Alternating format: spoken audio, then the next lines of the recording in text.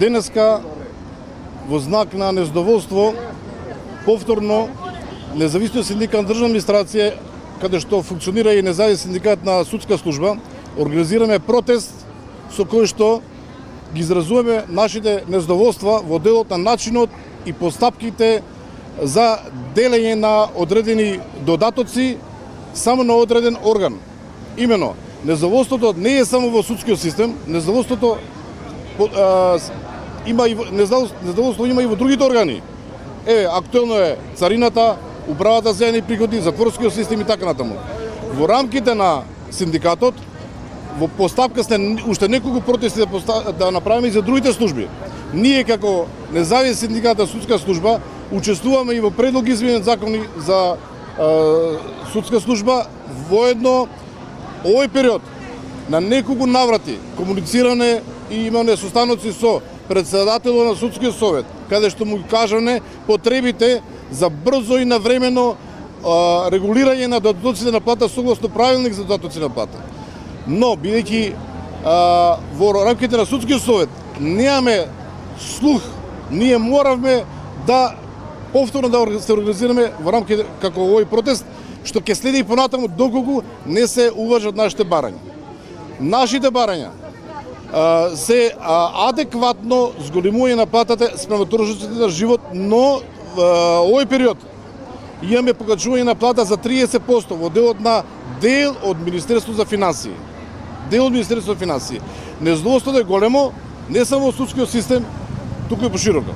За таа работа, во таа насока, колешката Јасмина Величкова ќе ве доинформира за текот и постапките што ќе следат и причините за овој и други протести што ќе следат. Почитувани медиуми, сакам да ве известам дека денес се собравме на протест од сите судови низ цела Македонија. Сме тука и низ други судови во Македонија има протести во врска со незадоволството, огромното незадоволство на судската служба и судската администрација од судскиот буџетски совет и од Министерство за финансии, кои немаат слух за нашите барања и нивната индиферентност за непостапување по додатокот од минимум 25%.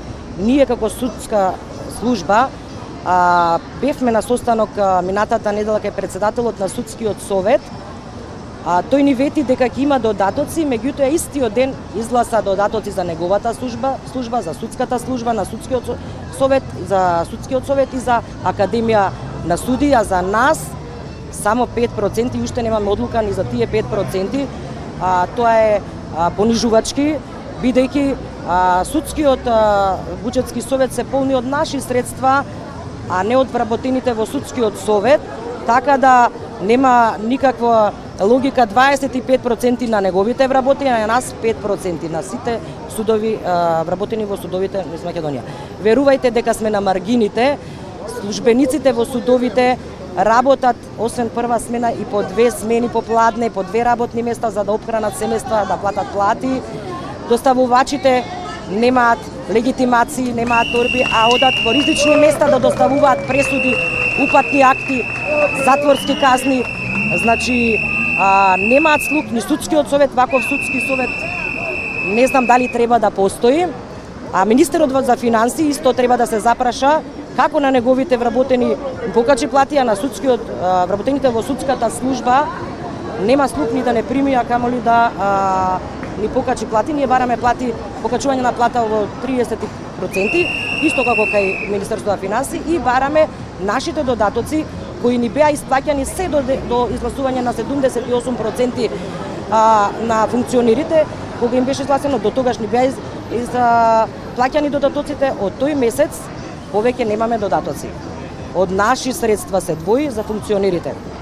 Многу срамно. Срамно е за цела држава. Значи би ги запрашала само кратко функционерите кои одлучуваат за додатоците и за платите на судската служба. Дали им е познато дека има доставувачи, записничари, уписничари, архивари кои работат за 18.500.